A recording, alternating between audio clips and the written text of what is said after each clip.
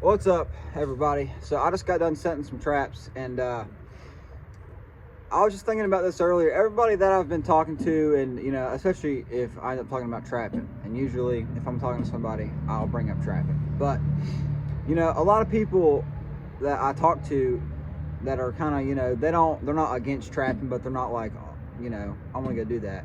They just don't know nothing about it. But what they do know is that these traps hurt and they break bones and they just devour everything it touches. Like, people think that these traps are just cruel and horrible to use, and I'm going to demonstrate. I put my hand in traps many times, whether it be on purpose or on accident. And a video I made like last year, I stuck my hand in a trap all the time. I mean, not every day, but a good bit. When I'm trapping, I will accidentally set it off on my hand, and it does not feel good by any means, but it doesn't hurt. It's not horrible. Now, you might say, well, that animal's going to spend a couple hours to maybe 12 hours in the trap. I'm just going to take it off right after. Still, though, I mean, your hand's going to go numb. And animals can put up with a lot more than we can. They live out there anyway. I'm not saying that traps are like, I'm not gonna say that they're handcuffs. A lot of people will tell you that they're just handcuffs, that it's not a whole lot of pressure. It's a good bit of pressure. It has to hold that animal, but it's not half as bad as people say. As you can see on this trap, this is a Bridger number 2 dogless. On the pan, or not on the pan, but on the jaws, there's no teeth. And actually, you'll see after I set it off, the jaws don't touch when it's closed. Right now it's set, but the jaws don't touch when it's closed. So I'm gonna go ahead and stick my hand in here and show you. As you can see, it got my knuckle up here and my fingers. Now it's pressure, it is, but it's not that bad.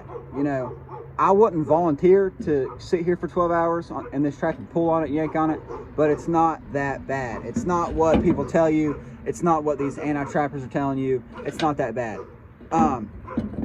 I've seen people, Kendall Gray actually, he's one of my favorite YouTubers. He spent 24 hours in a trap. He set it off on his hand. Of course, he was wearing a glove.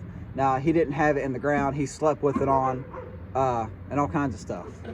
But as you can see, it's on my hand. There might be bruises on my fingers. Sometimes that happens, sometimes it doesn't. But it doesn't take a whole lot to, bruise your hand. Like, this is not that bad. Like, obviously, I'm not sitting here crying and screaming. It's not that bad. And if you're against trapping, that's okay. You do you. But I just want to demonstrate that traps are not nearly as cruel and bad as people say they are. There's not going to be any cuts in my hands. My fingers aren't broken. Yeah, I can't really move my fingers a whole lot, but they're not broken. They're fine. I've been in this trap probably a minute, and right now I feel zero pain. None at all. It's just holding my hand there.